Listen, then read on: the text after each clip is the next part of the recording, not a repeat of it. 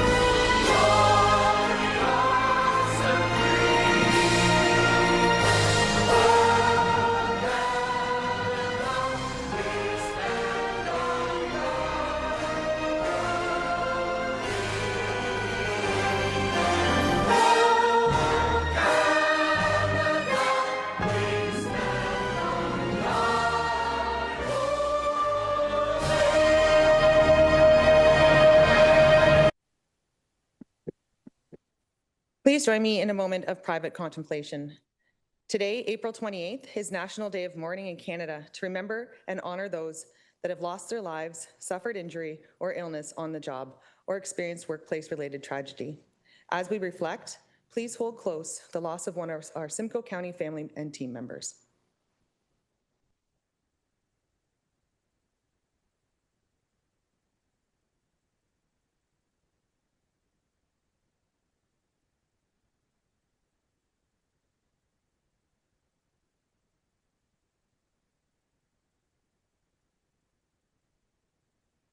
Thank you.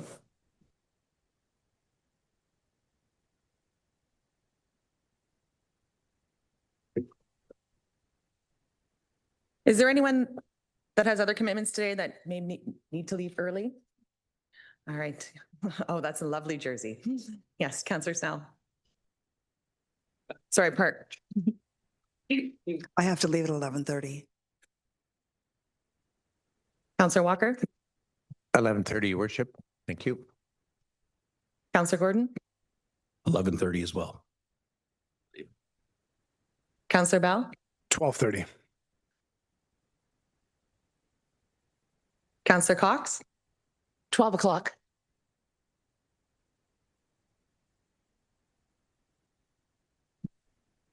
Councillor Smith. 11:45. Precisely. Yes.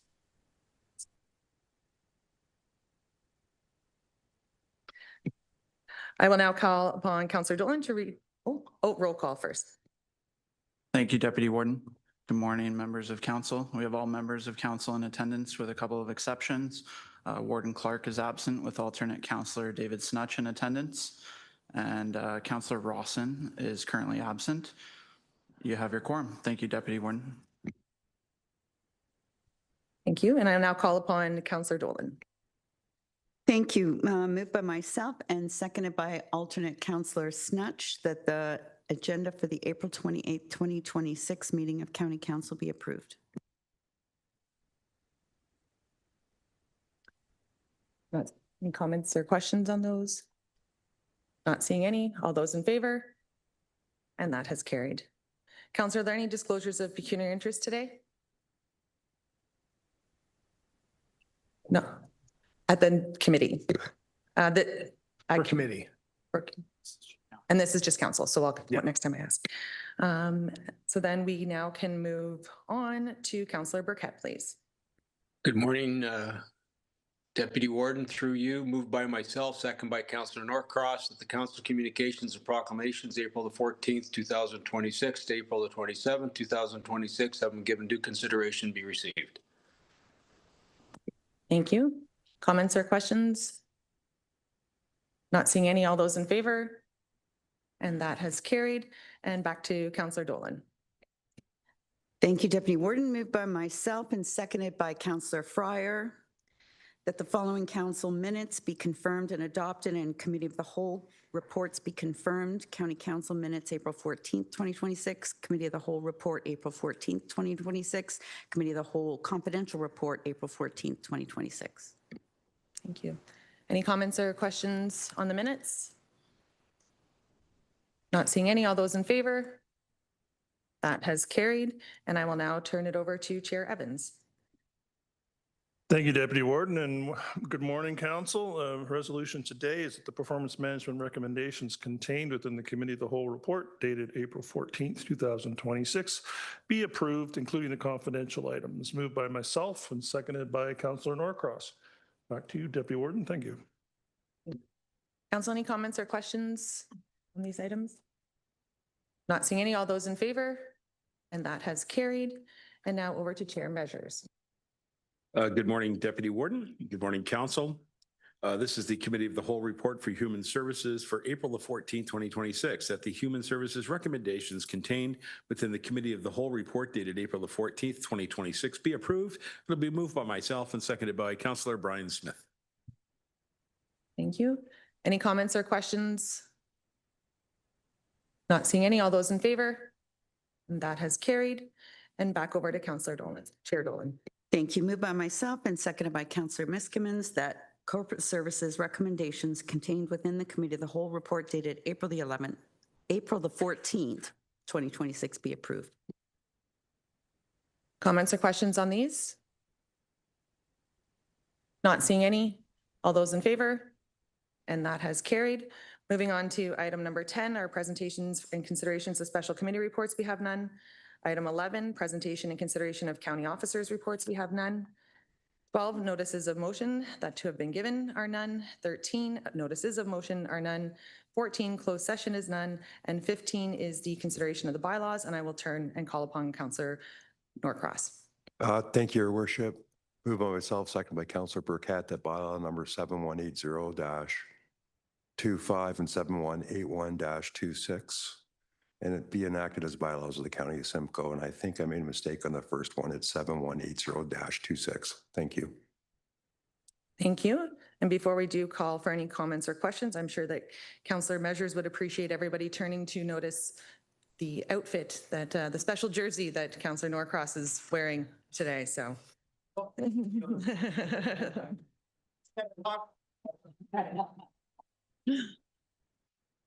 Thank you. So we do have this moved and seconded on the bylaws. Any comments or questions?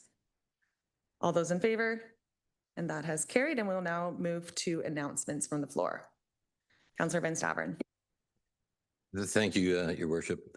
Just an invitation. Most of some of you may be aware tomorrow is the opening of our new pickleball courts up in Penetanguishene attached to our senior living. If any members of this council would like to participate and put a team into the grand opening, please see me during or after the meeting today. We'll see if we can represent the council. Thank you. Thank you.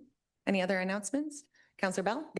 Yep, just returned from Grand Prairie National Wrestling Championships of Canada, and we had 8 wrestlers, and out of the 8, 4 of them medaled. So pretty exciting. 2 of them were actually gold, so first place champions in Canada. So pretty exciting, and they all represent different areas of the county. One was from Innisfil, actually. She was a gold medalist, so that was fantastic. Thank you. Councillor Cox? I just wanted to let you know that May seems to be duck race month in Simcoe County. I think the duck race in Stayner is on this Saturday, and the one in Coldwater is on May 30th.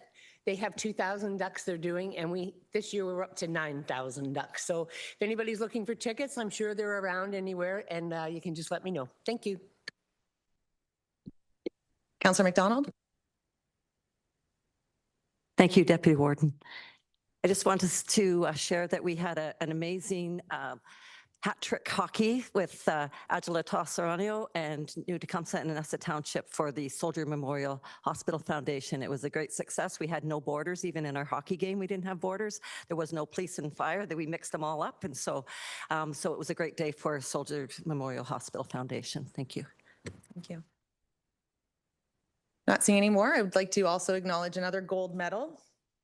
Congratulations, Councillor Evan, on your gold medal win at the Elmville Maple Syrup Log Socking Competition again this year, so twice in a year.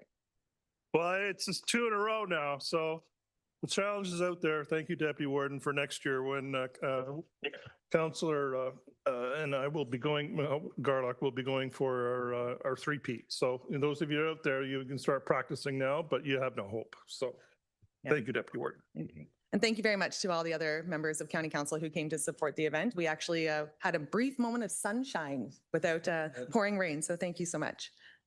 Not seeing any other announcements, I will turn now to Councillor Norcross for the confirmation bylaw. Thank you, Your Worship.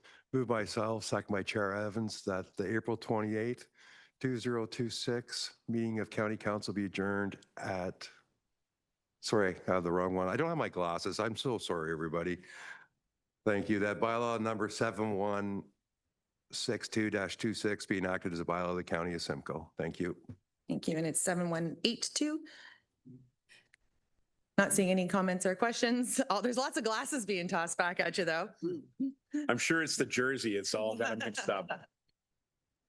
Councillor Norcross. I just would like to thank all my colleagues. I had about 8 pairs of glasses offered to me, so thank you so much. So that has been moved and seconded. And any comments or questions? All those in favor? That has carried, and we will now move on to adjournment, and that the April 28th, 2026 meeting of County Council be adjourned at 9:12. See, I don't have my glasses on now, so 9:12. Mover and seconder for that, please. Councillor Fryer and Councillor McDonald. All those in favor? And that has carried. And we're just going to give him a moment for our city reps to join.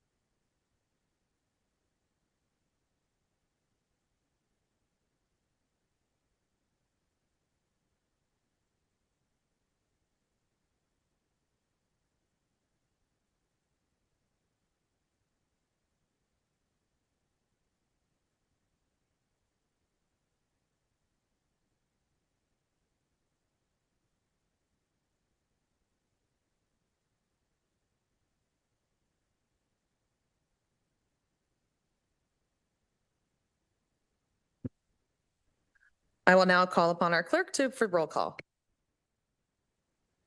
Thank you, Deputy Warden. We're now in Committee of the Whole. We're joined by the city representatives. We have Aurelia Councillor Durnford, Aurelia Councillor Fallis, Aurelia Mayor McIsaac, and Barrie Councillor Nagusi with us. Barrie Mayor Nuttall and Barrie Councillor Rietma are currently absent. You have your quorum. Thank you, Deputy Warden. And thank you. I will now turn to Councillor Dolan for approval of the agenda.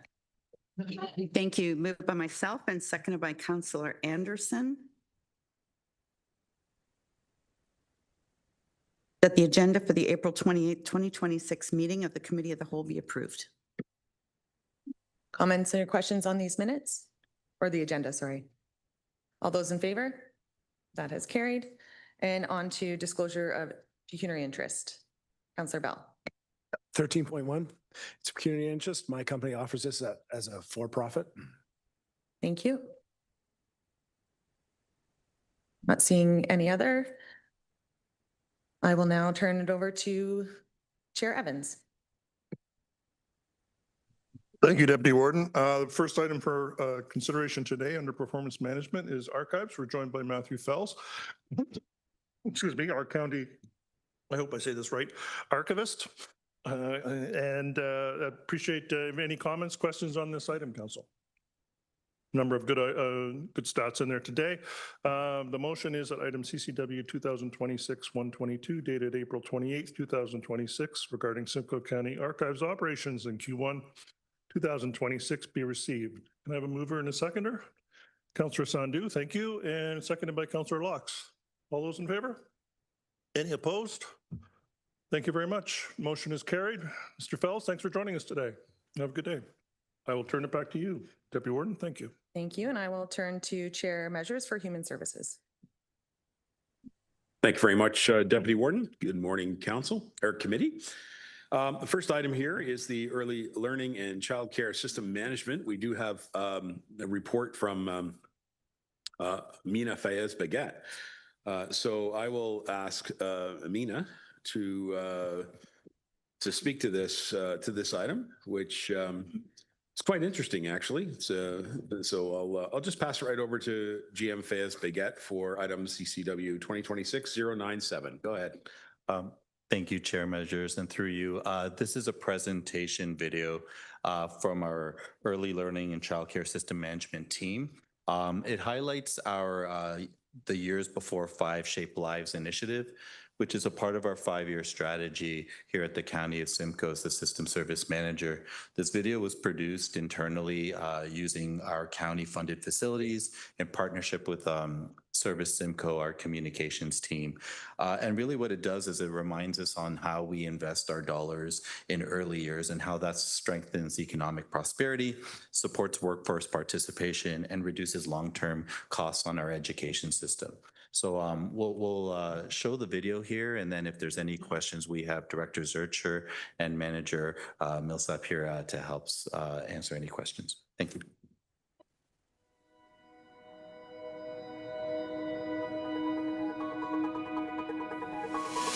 We see that every day in early learning environments such as this center, that relationships with families as partners is key. Also, the first 5 years enable students to develop, grow, have a sense of belonging, self-awareness, and key to understanding relationships between their peers in early childhood learning environments. The first 5 years, we see an incredible speed of development. New neurons are forming by the second, millions of neurons, millions of connections and synapses. And that really is the most plastic period of brain development. And that allows the experiences and the environment around the child to impact that development. And so it allows a child to absorb language and understand and learn social cues and self-regulate. And so it's so important that we look at those first 5 years as that extreme period of growth, and what can we do from the environment's perspective to optimize that development, because it really is a profound period of brain development. So we know that early experiences shape a brain. The brain is wired from the very beginning to be able to respond to the exposures that are happening around them, whether positive or negative, and that those exposures really create the foundation for that brain. And so whatever happens during those early years, we actually can see those outcomes later on in life. The brain literally wires itself through the environment. So we have genetics, yes, but that environmental piece, especially the relationships children engage in, the stability of those relationships really form the architecture of the brain. And opportunities to play and explore and be creative, that serve and return between a child and the adults in their life literally form the brain. Early adversity are negative experiences that can happen to a child. So they're things that can disrupt normal brain development. That might look like exposure to neglect. It could be experiencing poverty. And if a child doesn't have any positive supports in place to buffer that feeling or that early adversity, then they are predisposing themselves to later on having poor health outcomes. So emotional development kind of co-develops. It happens in the presence and with the support of adults. If you can picture a child that is stressed, that is in distress, they come to an adult that they trust, that is supportive, that is stable and calm, and the child then sees what calmness looks like. And eventually that then internalizes, those strategies internalize for the child, and they have the coping strategies to deal with stressful situations, to regulate their emotions. If a child is void of those relationships, then what we do see is that that child's ability to manage stress is compromised. Protective factors in the early years are anything that can provide positive experiences for children. So exposure to, early learning centers where they are able to play with other children, where they have exposures to educators who are helping them feel safe and secure and like they're belonging. Those are protective because they can act as buffers to any of the adversity or negative experiences that a child has going on in their life. Evidence of this work and the impact of early learning environments is seen through the SCDSB's EDI data. What is critical and has come across us is that there's a correlation between what we see on the early developmental inventory and pathways to student success. Now our board is really tracking that data to see, do we have in place in our early learning environments key critical skills, attributes, skills, and programming that can empower and in fact ensure success throughout pathways. From an economic development perspective, childcare is so much more than just a social service. It's critical economic infrastructure. The provision of accessible and affordable childcare, parents and especially women have the opportunity to join the workforce. And access to childcare is commonly cited as a barrier to employment.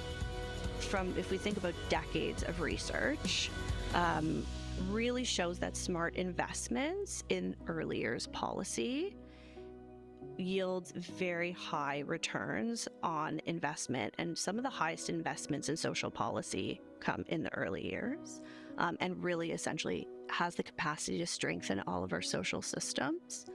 And of all the things we share as humans, one of the things that we all share is that we were children at some point. So if we think about the fact that every child will at some point connect with our social systems, early childhood policy really helps to determine what those interactions are going to look like.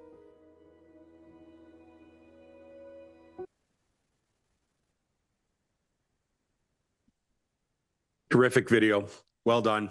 That's really well done. Congratulations to the communications team who put that together internally. Mina, is there anything else you'd like to add? No, thank you, Chair. All right, I'm looking to the floor then for questions. Since I have my wrong glasses on, make your hands very clear. I see Councillor Cox. Go right ahead. That was absolutely fabulous. I worked in kindergarten for many years in JK and SK, and it's so true. I just wanted, can we get a copy of that video, please, sent to us? That would be absolutely wonderful. I have many places I'm sure that would really enjoy seeing that. Thank you again. Well said. Any other comments or questions for the presentation? Yes, Mr. Leduc. Just one comment, and there was one slogan in there that caught me very interesting. It was, "Children are not here to be molded; they're here to be unfolded." What a true statement that is! Amazing. That should be around everywhere. I agree. Good piece of script right there. That's a good quote, isn't it? Anyone else with any questions or comments? Okay, I'm going to read the resolution then and thank the staff for this work on this project. Oh, I'm sorry. There's no resolution. That's right. I'm sorry. That's right. I just want to congratulate and thank the people who worked on this, and the young people that are in that video. Just think about it, folks. Those are going to be the future leaders of this county. So very glad to see that they're doing really well. Okay, we are going to move on then in our agenda to item number 7. This is the CCW 2026-097 Social and Community Investment Fund, the SCIF program realignment for the micro grant allocations. GM Fez Paget, did you have anything you want to add to that? These are really important grants that we give out. Thank you, Chair Measures, and through you. So this report just highlights our annual Social Community Investment Fund grant program. The real unique part of this report is we're splitting the grant into 2 streams. A micro grant stream will now become an ongoing stream. It was piloted in 24 and extended in 25, but now we're formalizing it as a separate stream. This allows for about up to $10,000 in micro grants for new and innovative ideas that are happening in community. and it's focused really on needs-based initiatives. The social community investment grant second stream is a larger stream, and that will be coming towards the end of this year, a call for requests there, and that's going to be up to $100,000 per grant. So this one is, again, to support larger programs and initiatives, probably more established organizations focusing on, again, specialized needs. Between the two, this is us as taking on a role beyond our system service manager mandates. So provincially and federally, we're actually precluded from investing in things like poverty reduction and food insecurity and safety and well-being. And now we're creating the social community investment grant product to fill those gaps that are not, or that were prohibited or precluded by legislation to using federal or provincial dollars on. So this is what the report kind of lies out. Thanks. All right, thank you very much. Glad to have that information available to us here. Are there any questions about the micro grant program or anything in the report that any members of committee would like to ask a question about? Yes, Mr. Leduc, go ahead. Just one, and it's to our General Manager, Mina. It's great to see that we had 36 applications, 11 were approved, but I'm just curious, the ones that weren't, do we reach out to them and help them to better understand how to score better in the next intake, whatever? So just wondering how we do that. Through you, Chair Measures. I'm going to ask our manager of the community partnership, Sophia Stanbury, to maybe answer that question. Welcome. Right ahead. Yeah, through the chair. Thanks for the question. Yeah, we welcome the opportunity to work with with community partners to strengthen their applications for future rounds of funding.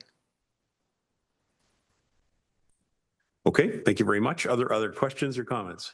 Seeing none, I'll look to the floor then. Perhaps I'll ask Councillor Snell, would you move this recommendation?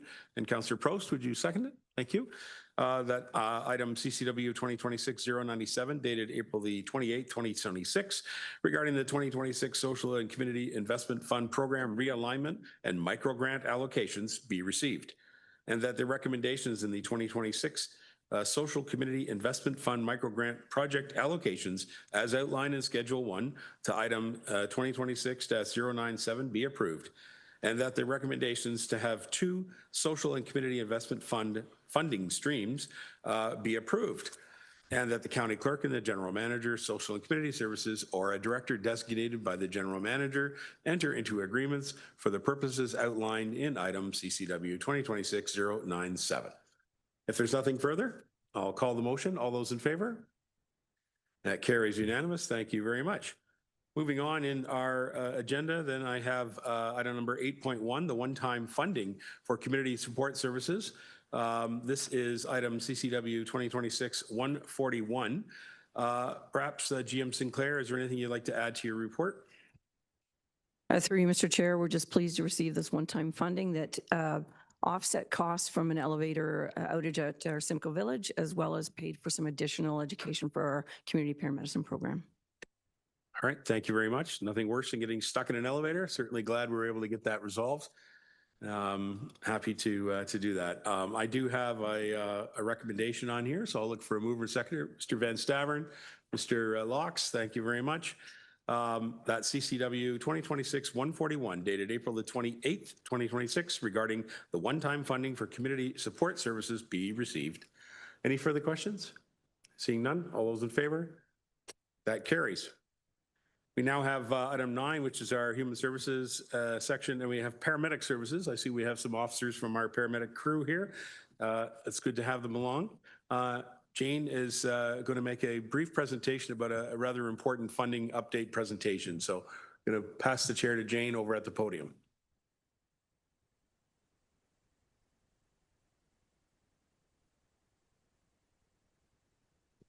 Can you hear me okay? That's better. Just a couple of quick slides to elaborate or touch on the highlights of the report. It's a fairly complex report, so we'll move to the next slide. Here we are. So just to give you some history on this program, this is our Ministry of Long-Term Care funded program for community paramedicine. You may recall back in 2020 was the first allotment through this program. And I want to be very clear, it has been an incredible program. So at the time we first received this funding from the Ministry of Long-Term Care, our in-home visit program, Community Paramedicine, had a roster of approximately 100 residents across the region. And with this infusion of funding, we were able to grow that. The current roster is 1,008. Tremendous work with this program. Fast forward, however, each of the years has been one-time funding. So fast forward to August 2025 last year, the Ministry of Long-Term Care announced we are going to be moving this to permanent base funding. And you may recall as well, at one point in time, County Council approved staff to change the existing community paramedic positions from temporary positions to full-time permanent positions because of the retention and recruitment issues. So it's an issue that we've been struggling with all the way along with the one-time versus baseline funding. So we were very pleased last year to hear that they were moving this to base funding. So fast forward to March of this year, they did transition the funding from the Ministry of Long-Term Care, and it was originally there as it was intended for individuals in the community who were either on a wait list for long-term care, knowing there aren't enough long-term care beds, or who had conditions that would be eligible for long-term care. So that was the connection between the two ministries. In March, we received an announcement that it has shifted to the Ministry of Health now.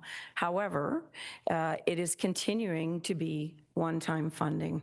So we did receive a letter of approval advising that we would continue to receive $2.3 million, an annual allotment for one-time basis only. So the concerns that we have with this is during this program, there has not been any annual inflationary increases. So year over year, we're sitting at 2.3. We'll be going into our fourth year at that same amount. And here's the impact to our services at the County of Simcoe. Going forward, we're looking at approximately a $300,000 deficit. And what we've done in the interim is we happen to have two of our full-time positions that were vacated temporarily. Those individuals are off on leave, and we've not backfilled them. So we're operating with, I think, 10 full-time versus 12 full-time community paramedics. And that will allow us to continue at this point in time to maintain the current roster. I mentioned 1,008. However, it doesn't enable us to take on any new patients to our community paramedic program.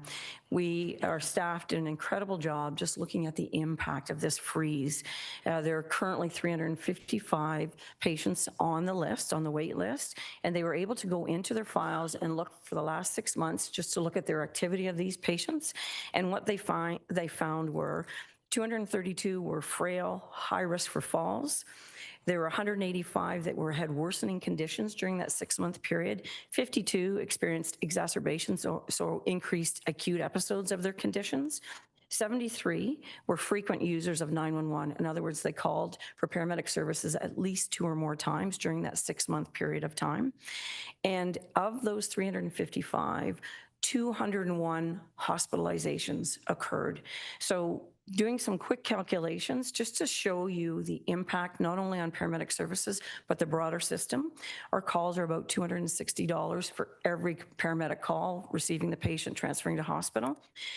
So when we calculate 316 ambulance transfers, that's approximately $80,000, which equates to resources we're using for these individuals that could have been prevented, that would be available for other types of urgent or emergent issues in the community. And looking at the hospital stay, the average hospital stay is approximately $1,274. The range is between 7.1, 9.6 days, depending on the type of condition for this client group. Looking at the actual number of admissions with this 355, it equates to $2.5 million in hospital costs just for that population that's on the wait list. So you can appreciate the hospitals, again, are providing care to individuals where they could have reallocated for other situations if these individuals were managed in the community.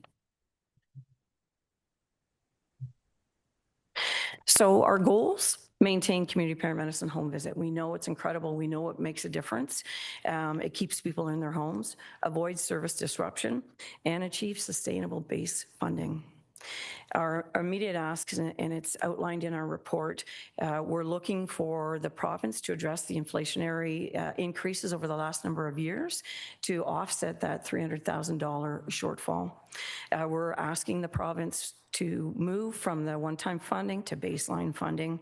And we're also looking for funding for capital. So we have received through Ontario Health capital funding for our vehicles for the home visit program. However, there's no sustainable long-term funding depreciation model. I feel like I'm skipping over. So those are the key asks, as you can see in the report. And I'll stop there and happy to answer any questions. Thank you very much, Jane, and I appreciate you making the effort to put this together as a small report so we can see this as well as the members of the public who will be viewing this as well. Councillor Cox, I see you up first. I'm looking for others. Go ahead, please. This report concerned me, and I'm really glad you did, as Councillor Measures said. For $300,000 or even $500,000 or $1 million, look at the amount of money that we could save and look after people. We need to advocate to the government. We need to send letters to our MPPs. This is something that we've all been hearing, how we want our seniors to stay home. We want to be able to afford going to the hospital is expensive, long-term care is. And here is a way that we've discovered and do it really, really well, the paramedics, and they're not biting and they're not seeing what can be done. And for that minimal amount for them, when you think about it, the cost that we are now incurring because of that, it's wrong. These people, you know, we're looking after them and they don't have to, they can be looked after in their home and we can keep them there and not just the costs, it's looking after them and the social part of it also. That's a big thing people forget about. When you're sick and alone at home or even with a caretaker, that extra part of somebody coming to home and seeing you, it shows you care. So I believe we need to advocate strongly on this and let our MPPs and the government know that this is something they've discussed and they keep telling us they're doing, but it's not there. It's, you know, people are falling through the cracks and it's wrong. Thank you. Good comments. Thank you very much, Councillor Cox. Others? Mr. Smith is over there. Okay, I'm going to go to Councillor McDonald first. Thank you. Thank you, Chair Measures, and through General Manager St. Clair. This program, we were able to see it firsthand through a family member, but it's more the human side of it that when they come in and you're not picking someone up that is very, very ill, trying to take them to the hospital with long, long waits. So to Councillor Cox's message is that we need to advocate and we need to be loud about it because this does change an awful lot in your own communities, but also saves them on the other side for their budget for their hospitals. So thank you very much for the report, Jane. Thank you. Excellent comments again. Councillor Brian Smith. Thank you very much, Mr. Chair. You know, I find it mind-boggling that we're even sitting here discussing this, quite frankly, that, you know, it's not just as clear as the rain is today to the province. You know, just in this small report, it shows that the savings alone just for this county in 1 year covers the cost of this service for 1 year. You know, we see the same situation when it comes to hospice versus hospital care. And so I absolutely agree that we need to be advocating and reaching out to our MPPs, and I'll be doing that this afternoon, and I encourage everyone else in this House to do the same. But I also think it might be important from an advocacy standpoint that the county prepare correspondence to send to the province, to the minister, to the premier, that we can then also enforce through our local councils. You know, the squeaky wheel gets the grease, and I think when it comes to paramedicine and especially this type of program and the dollars that will be saved and the lives that will be saved, I've said it in this House before. I'm aware of 2 families who truly believe that their loved ones were saved because of this program. If not, they believe with every bit of their being that their loved ones would be no longer with them. And so it's an amazing program. I've heard from people directly about using this program, and I say we should be doing everything possible to advocate for this. Thank you. Well said, and I know you have mentioned this before, Councillor Smith, so appreciate you doing that. I believe Councillor Dolan is next. Is there others? Go ahead, Lynn. Thank you. Along the same lines, but we've been asked always to do more with less, and we did that. And now, instead of being rewarded for it, we're being punished for it. So the Ontario Small Urban Conference starts on Thursday, so I'll be sure to bring this up with my colleagues there. Thank you for your support. Well done. One last time, is there any further comments? Yes, Councillor Follis. Thanks very much. Just hearing of the challenges around funding for me, and I'm sure many in this room would say it's disappointing. I personally believe it's embarrassing that the province won't commit to minimal increases in funding when we hear of all these different projects being funded across the province that, I question some of the validity of in certain circumstances. So, this is a minor commitment and it's ultimately has a huge impact on our county.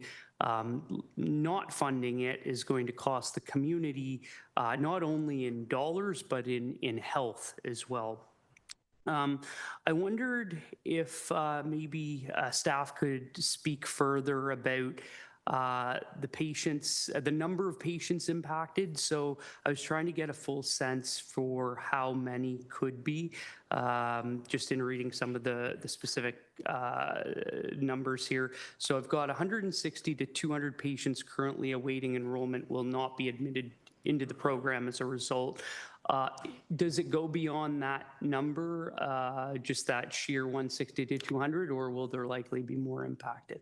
Through you, Mr. Chair, with the current staffing, if we fulfilled all 12 full-time positions, we calculate that each community paramedic can respond to approximately 80 to 100 patients on their individual roster. So with those two positions filled, we anticipate we could take on another 180 to 200 patients. If the province continues to increase funding to grow the program, then we would look at going beyond that 200 number. So with our current status, there's close to 200 right now.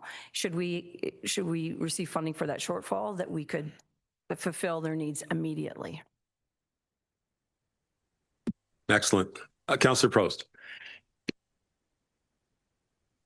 That was a good presentation. Would you be able to send that to all of us so maybe we can share it with our own council?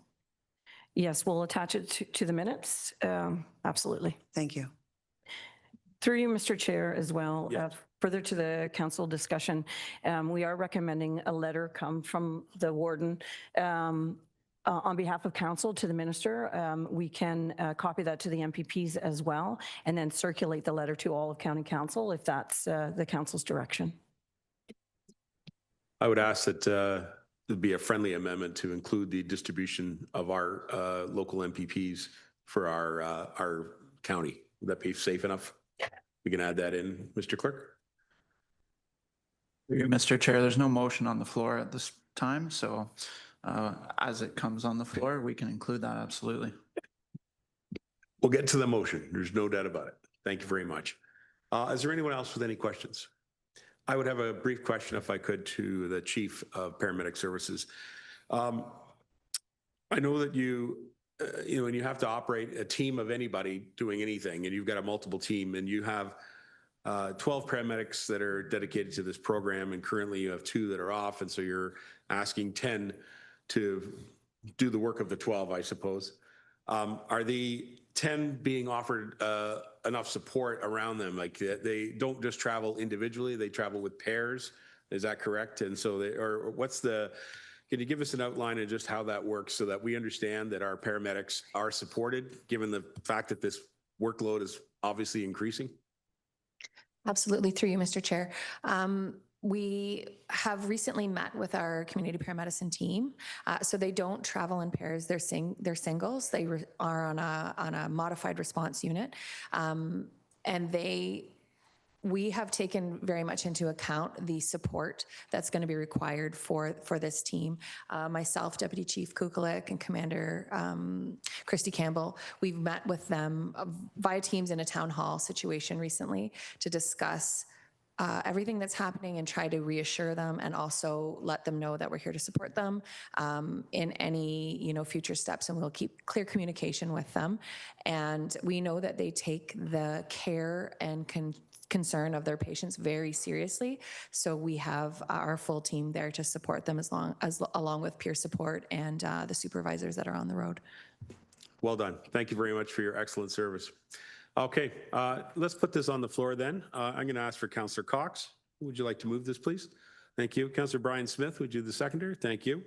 That item CCW 2026-140 dated April 28, 2026 regarding community paramedicine funding update be received, and that the warden send a letter to the Minister of Health advocating for the revised policy to provide permanent base funding inclusive of annual inflationary adjustments and capital depreciation, and that the letter from the warden further requests additional funding for the period of 2023 through 2024 to 2026 and 2027 for annual inflationary adjustments incurred during the time frame. Over to the clerk. What would you add?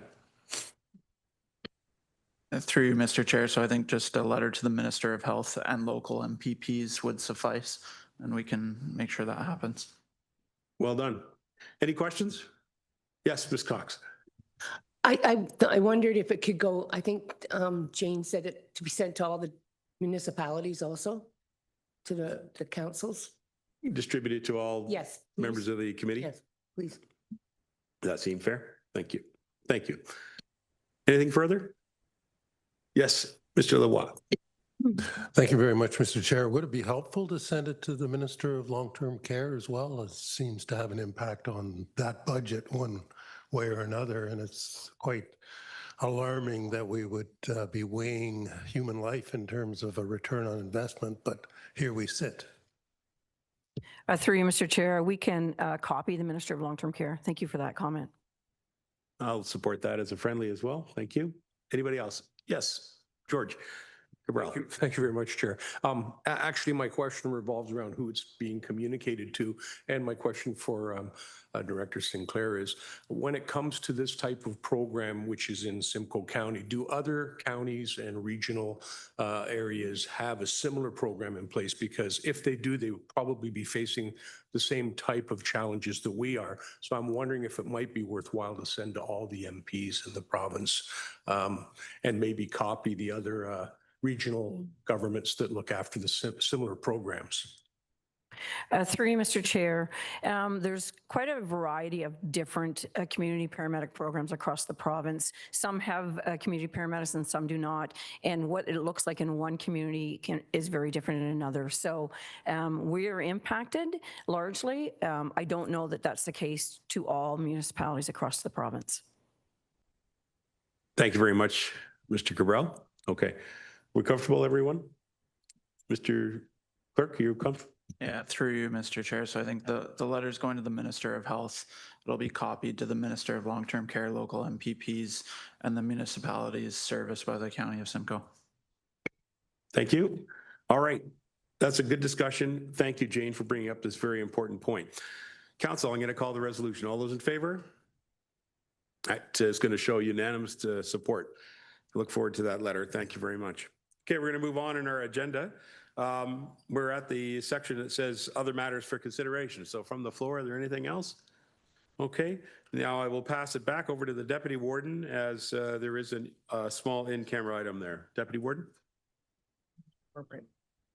At this time, I will turn to Councillor Dolan to chair corporate services. Thank you, Deputy Warden. So we're on item 11, which is the consent agenda, and there are 3 items on the consent agenda today. We have the Conservation Authority Consolidation Summary. We have 11.2, which is the County Forest 2025 Annual Report. and 11.3, the Forest Conservation Bylaw 2025 Annual Report. Is there any of these items that people would like brought forward? Councillor Cox. Yes. 11.1, Conservation Authority Consolidation Summary, please. Thank you. Councillor Bell. I just had a question on 11.2. Go ahead with your questions. Great. It was just about the oak wilt. I just seen in the report that we only had the one tree, none others were infected. Did we take that down or were we able to treat that one tree? I know we're monitoring ongoing, but. GM Elliott. Thank you. Through the chair, I'm going to direct the response to our forester, Graham Davies. Good morning, all, and through you, Chair. Oak wilt. There was one individual tree that was located quite close to here in 2023. That was one of 3 locations in Ontario, 3 specific locations. And that was determined through the Canadian Food Inspection Agency. That's the agency that monitors and deals with those types of issues. We did assist with the removal and disposal of that tree between forestry and solid waste.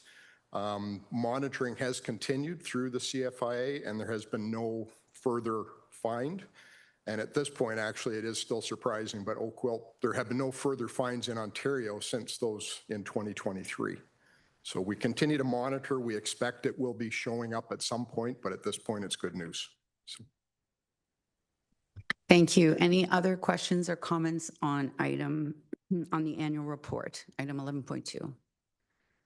Seeing none, can I have a mover and a seconder, please, that consent items 11.2 and 11.3, having been given due consideration, be received? Moved by Councillor Prost, seconded by Councillor McDonald. All those in favor? That is carried. And then we'll go to 11.1 and Councillor Cox. Yeah, through the chair. I read this report with great interest because our township and a few others aren't even included that I can gather were included.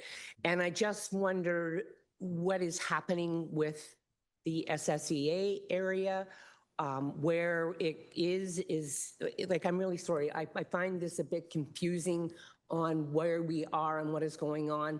And if it's funded by all of Simcoe County, now there are townships that won't be funded. And how is that funding going to, you know where I'm going with this? I just would like to understand this better. And not that maybe anybody can, but whatever you can give me, I'd be appreciative. GM Elliott.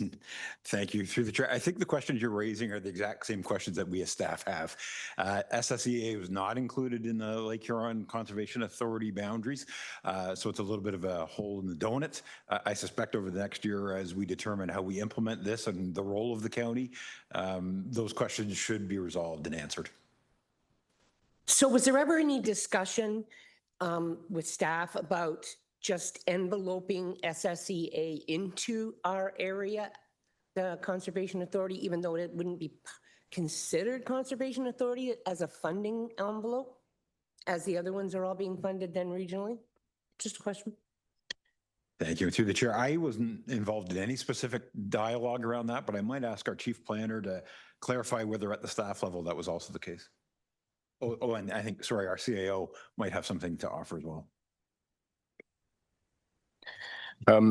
Yeah, it's an interesting one. As you know, I do meet with our partners. I did have a chat with a couple of conservation authorities about this amalgamation. I think their hope is to maybe let the dust settle a little bit on the new conservation authority, but the area that the SSEA covers is not lost on them. So once the dust settles on the amalgamation, we may have further discussions on that. But I think they seem to have a pretty solid understanding of what they need to do in terms of the amalgamation, and post the discussion, I was a lot more comfortable with it. Thank you, Mark. I just don't want the SSEA to be lost. I know for Severn, and I'm sure the other ones, Midland, Tiny, Penetanguishene, they provide us with a service that's absolutely excellent. Plus the Clean Water Act, we have them to help us look after that. And I know that they are not funded by anything right now except for what we pay.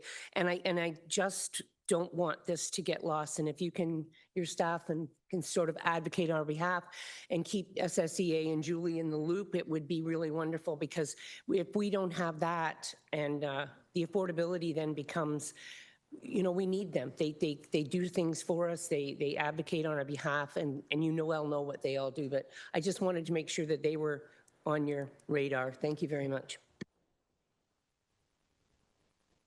Thank you. Just wanted to see if Mr. Weappenthorpe had anything to add. Thank you, through you, Madam Chair. Those are great points, all not lost on staff. We do acknowledge the great work that the SSEA has always done and continues to do, although their funding arrangement is a little different and their regulatory abilities are also different from the conservation authorities.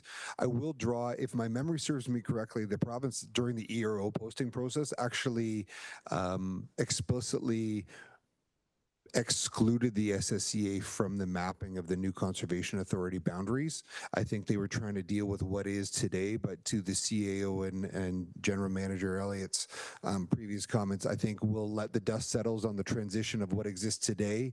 And then certainly we'd welcome further conversation on how we could be a little more holistic and comprehensive in how we tackle the whole county. Councillor Cox? And it would be nice, because I do know that the SSEA has worries about their future. And if, you know, you can continue to keep in contact with them, and that would be really helpful. And I'm sure all our municipalities all are in the same boat wondering. Thank you. Thank you. I'm just going to add to this piece, and then I'll go to the other members who wanted to speak. So I've worked with the Severn Sound Environmental Association since 2007 on source water protection. They're one of only 2 non-CAs that were given the authority to work as a separate source protection authority. So obviously that shows the respect that the province of Ontario has for the organization. Because they're not covered under the Conservation Authorities Act, that I would suspect is why they're not included in here. But I did attend 2 roundtables when all this was happening, and there was staff from the SSEA at those roundtables and asking questions and paying attention. So thank you for bringing that forward, Councillor Cox. I'll go to Councillor Ben Stavern, sorry. Thank you, Madam Chair. For those who aren't aware, February 1st of 2027 is the date the province has given now when the amalgamation is going to take place. As a member of the NVCA, we were updated last Friday, and there are further announcements expected. They are talking, asking or intending possibly to extend the terms of existing councillors to that date. And they're talking that way to make this as smooth a transition as possible. And they will also be, they're starting to talk about who will facilitate or who will represent the different communities on board. So this is coming down hard and fast, but February 1st, 2027 is your date when everything will happen. Thank you. Thank you, Councillor Ben Stavern. Councillor Lavoie. Thank you very much, Madam Chair. Given that one of the goals of the amalgamation was to achieve geographical certainty for the municipalities, Oro-Medonte appears to remain split. So it would be appreciated if county staff, as we move forward into the regional transitional model that's being suggested, could keep Oro-Medonte appraised as to whether or not the Lake Huron Regional Conservation Authority will be extended to cover the entirety of Oro-Medonte or not. Currently, we would still be split in half, as I understand it, which was one of our concerns from the outset. So appreciate that just as a comment. Thank you very much. Thank you. Any other questions or comments on this item? Councillor Greenlaw. Thank you very much, Chair. And I understand, I agree with everybody that there's a lot more questions than answers at this point in time. But the second last sentence at the bottom of page 3, I don't know if staff could comment on, it says the overall extent of lands in the province under the jurisdiction of the conservation authorities will not change as a result of the plan consolidation. And then it goes on to say the specific of the Simcoe County, the area of the county under the jurisdiction of the Severn Sound Environmental Association is not proposed to be included. So at this point in time, my understanding is there's really is not a part of any CA. They don't pay, they're not a member of. So are they allowed to still stay out of that and not incur those costs?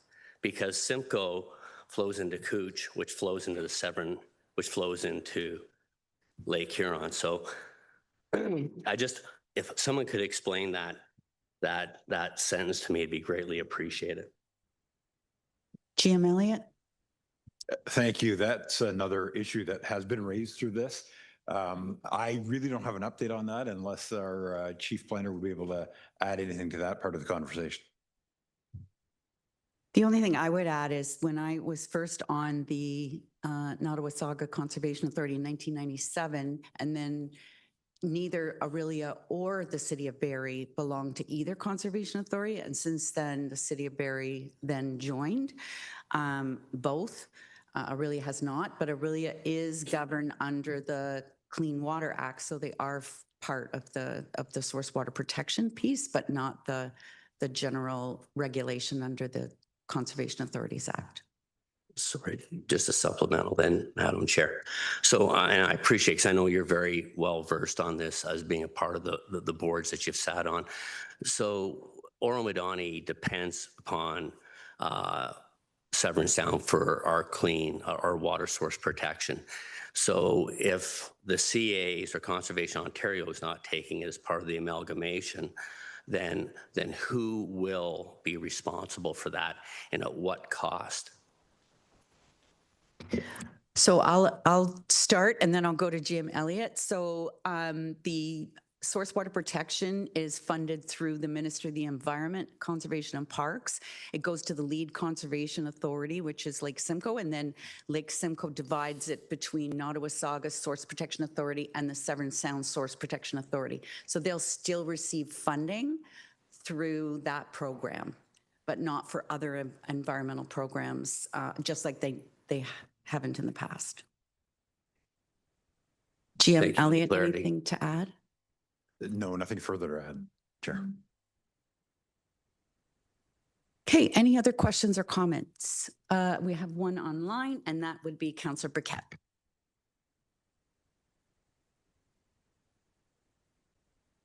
Thank you, Madam Chair. And just not to prolong the conversation, but I hope the province is aware that Severn Sound is not funded by the province. So it's funded by the municipalities like Severn. And I know in the past years they've struggled with some of the municipalities providing funding only because of the works that they do. The works that they do is immeasurable. All the waters from Lake Simcoe, as Member Rainlaw has stated, that leave Lake Simcoe, flow into Cooch, all channel through Severn, through Washago, through 5 dams, down through the Severn, into Sparrow Lake, down into Gloucester Pool, out into Georgian Bay. The importance of this organization can't be stressed enough. And by not allowing them to be funded, because if neighboring municipalities are now going to back out, and I have no reason why, because we would actually pay more. And I hate to say that because we understand the importance of what Severn Sound does. And I hope the province realizes this as well. Just my comments. Thank you. Thank you, Councillor Burkett. And I just wanted to make one last point, and that is that, and I can't remember the year, but for many years, no conservation authorities have been funded by any provincial government, that 100% of their revenue comes from the member municipalities. It's my understanding. I don't know what it's going to be like in the future, but since I want to say over a decade, no funding has come from the provincial government to any CAs or to the SSEA. Jim Elliott, I'm happy to be corrected if I'm wrong. Through the chair, not to my knowledge as well. Thank you. Now, so the idea is to receive this after being given due consideration. Can I have a mover and a seconder, please? Councillor Cox and Councillor Laux. All those in favor? That's carried. Next is item under planning, corporate services, 12.1. It's a request for endorsement to update policies related to Black Ash Creek Special Policy Area non-decision number 3 of the Town of Collingwood official plan. Any questions or comments on this piece? Seeing none, could I ask for a mover and a seconder, please?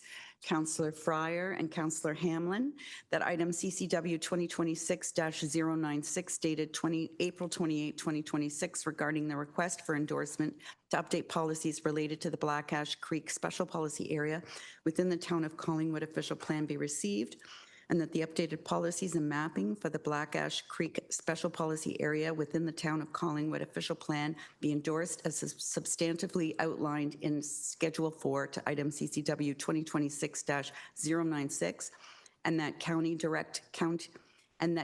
direct county planning staff to bring forward a report to remove non-decision number 3 of the Town of Innisfil official plan related to the removal of the Black Ash Creek Special Policy Area upon final joint approval by the Ministry of the Municipal Affairs and Housing and the Ministry of the Natural Resources. All those in favor of the recommendation? Any opposed? That's carried. Next is item 12.2, and that's a summary of the proposed Bill 98, Building Homes and Improving Transportation Infrastructure Act 2026. Questions or comments on this report?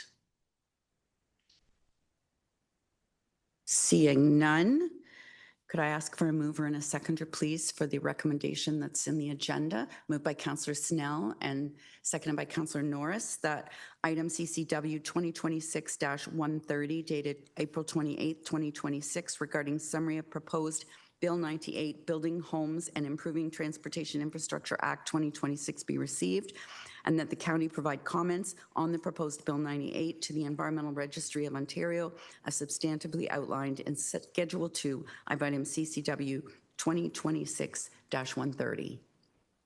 All those in favor? That is carried. And item 12.3, which is CCW 2026-133. It's the provincial ERO posting 026-0383, addressing growth and housing needs in South Simcoe. Questions or comments on this item? Councillor Fryer. Thank you, Chair Dolan. I support the motion for comments in general as outlined. One area of the recommendations I would suggest consideration of maybe stronger wording ties to a concern from the performance data in the 2021 to 2025 year-end report. It has to do with homelessness and housing. So on page 18, it indicated that there'd been a growth of close to 30% in wait lists for nonprofit housing. And I just wonder if I could just maybe suggest that perhaps the wording that we have here, which shows a substantial number with 4,600, perhaps we should be referring to the growth rate we're seeing which seems to be dramatic. The growth rate had been around 20% for 4 years, over the whole 4 years, and then 25 is showing a 30% increase. So it goes to if we see those kinds of growths in the wait list, most likely that's contributing to growth in our encampment situation and in the general homelessness situation. So I'm just suggesting some stronger wording. That's all I made for consideration of that. Thank you. Manager Baez-Baguette. Through you, Chair Dolan. I would just suggest maybe some language that's a bit less prescribed, because waitlist data is not necessarily the most accurate indicator. I do agree. I would agree with percentage increases or volume increases, but I wouldn't point it towards one driver. Because it's a bit more complicated. I think what we could cite is according to our 10-year affordable housing and homelessness strategy, which really points to the need for affordability and the reasons why, and attainable housing and the reason why, and tie it to that because it's a bit more analytical than citing just one data point, like a waitlist data point or something like that. Just as a follow-up, I appreciate the general manager's explanation and that, and I know it's a very complicated situation. It was just a suggestion out of frustration, probably, because I know in Collingwood's case specifically, we're struggling with this and are right in the throes right now of maybe trying to have to do something municipally ourselves to try to help with the encampments and homelessness. So I'm very comfortable with staff taking my suggestion and thinking about it, and whatever they come up with, I'm fully supportive of. Thank you. Thank you, Councillor Fryer. Any other questions or comments? I think it's fair to say that the items in this report are really important to be brought forward. I'm not sure when adding this number of population to the county that there was much input thought about the services that this house offers to these people that would be arriving. Any other questions or comments? Go ahead, GM Elliott. Thank you. Through the chair, I think that's a very accurate statement. When the arrow was posted, that was the first time we as staff saw the magnitude of the land that is being contemplated right now. So we did have a meeting with provincial representatives and identified all of the programs and services provided by the county that I think might have slipped through the cracks. And some of the complicating factors, things like finding enough land and getting the MEC to approve a transfer station. Well, that sounds simple. It's much more difficult than meets the eye. So we tried to highlight all of these programs and services as they're negotiating with each of the proponents on what they can bring to the table.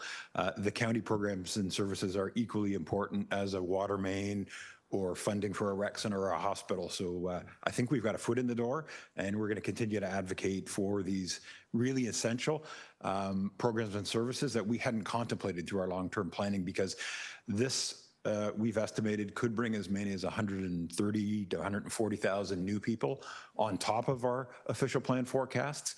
And it's going to take some work to make sure that we can support that kind of growth.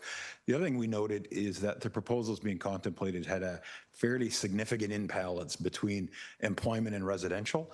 So we're highlighting that as well, because communities can't function without an appropriate balance of those as well. So we moved quickly to identify these things, and we'll continue to work with the province to make sure that they understand the implications of considering these factors. Thank you, GM Elliott. And under transportation and engineering, I know it's not a county issue, but the provincial highway 89 is another item that is concerning, with it already being over warranted for the last 10 years. But I think you'll see some comments come in from local municipalities as well to the arrow posting. Any other questions or comments? Seeing none, could I ask for a mover and a seconder, please? Councillor Fryer and Councillor Bell, that item number CCW 2026-133 dated April 28, 2026, regarding county comments on provincial ERO posting 026-0383 addressing growth and housing needs in South Simcoe be received, and that staff be directed to submit comments to the province through the environmental registry as generally outlined in item CCW 2026-133. All those in favor? That is carried. Next, under item 13, solid waste management, we have the waste subsidy for multi-residential properties. Questions or comments on that? And we noticed that Councillor Bell is leaving. He declared a conflict on this item. Questions or comments on the discontinuation of this? Seeing none. Mover and a seconder, please. Moved by Councillor Anderson, seconded by Councillor Miskimings. I think this is the first time we've ever had a waste item that didn't have one question.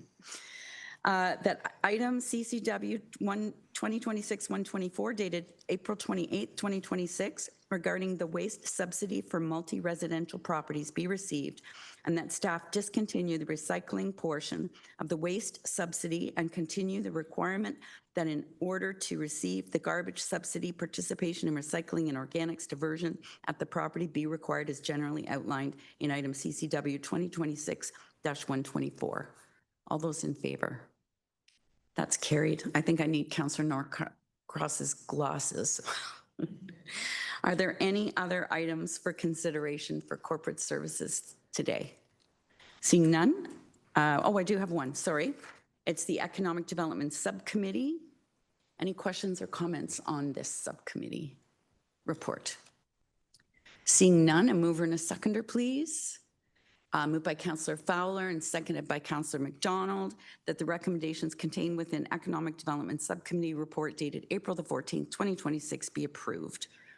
All those in favor? That is carried. And I'll pass it back to Deputy Warden. Thank you, Chair Dolan, and I will pass it over to Councillor Evans to chair our performance management. Thank you, Deputy Warden. And moving on to item 15.1 is CCW 2026-069, which is the 2025 year-end report. 52 pages of financial background. General Manager Wilcox came in at 0.01% on surplus, so that's pretty good forecasting in my mind. But are there any comments on the disposition of the surplus or anything other? General Manager Wilcox, anything like that? Thank you very much, Chair. Largely things came in line with forecast. The challenging areas that we knew we would have, we had a significant overage related to the ice storm, which we did get good compensation for from the province, but it didn't fully cover everything. It covers about 75% of the eligible costs. So that was good from that standpoint. So we did have challenges with the ice storm. And then we had some ongoing challenges with some of the staffing costs in the usual areas that we've had in the last little while. And those are noted throughout the report as well. But other than that, pretty well in line with the forecast that we saw, which is good. It does lead to further challenges without a big surplus. We'll have challenges this year, but we're managing those as best we can. Thank you. Thank you, General Manager Wilcox. Any comments, questions on the item, Council? Councillor Fryer, thank you. Combined with the capital 90K, it actually means that Treasury had an accurate budget to the cent. And I think we wanted to mention that. So the report was very good. You explained that we would have actually been in a surplus situation probably if it hadn't been for the ice storm. But again, all the data is so helpful just to get an understanding of how it all went through the year. So appreciate the report. Thank you. Thank you, Councillor Fryer. Any other comments, Council? Okay, seeing none, can I have a mover and a seconder? Councillor Fryer, thank you, and Councillor Norris, seconding. Thank you very much. The motion is that item CCW 2026-069, dated April 28th, 2026, regarding the County of Simcoe 2025 year-end report be received, and that the funds from the Roads Reserve totaling $2,483,855 and general contingency reserves totaling $1,263,270 be used to offset costs as outlined in item CCW 2026-069. Further comments? Those in favor? Any opposed? Motion is carried. Thank you. Are there any other items for consideration under performance management? I got off late today. Seeing none, I will pass it back to Deputy Warden. Thank you, Deputy Warden.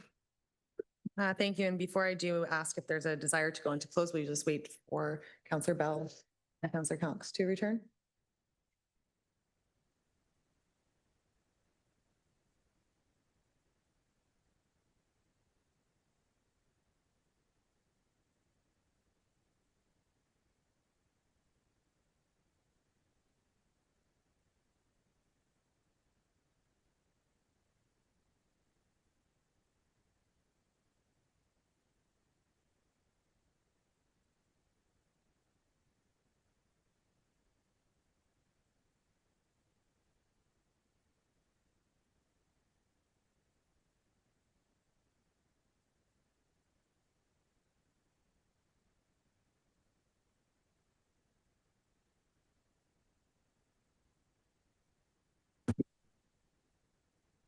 Councillor, is there any desire to resolve into close after consideration of the items?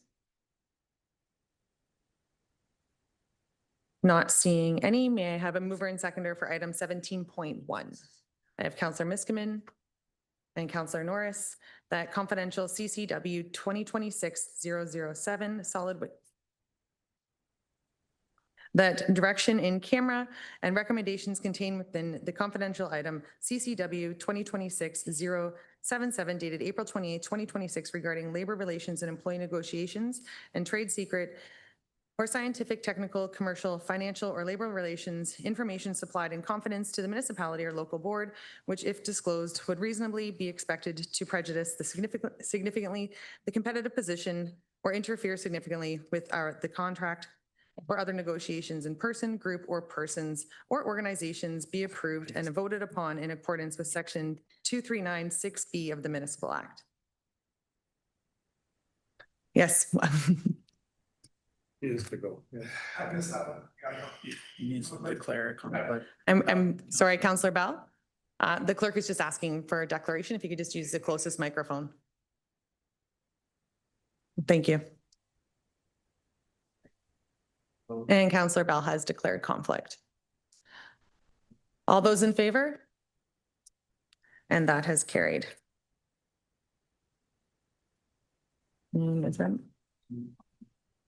And moving on to adjournment, a mover and seconder, please.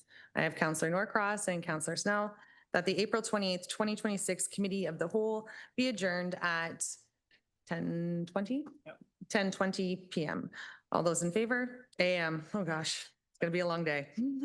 All those in favor? And that has carried. And just a reminder that we do have governance at 11.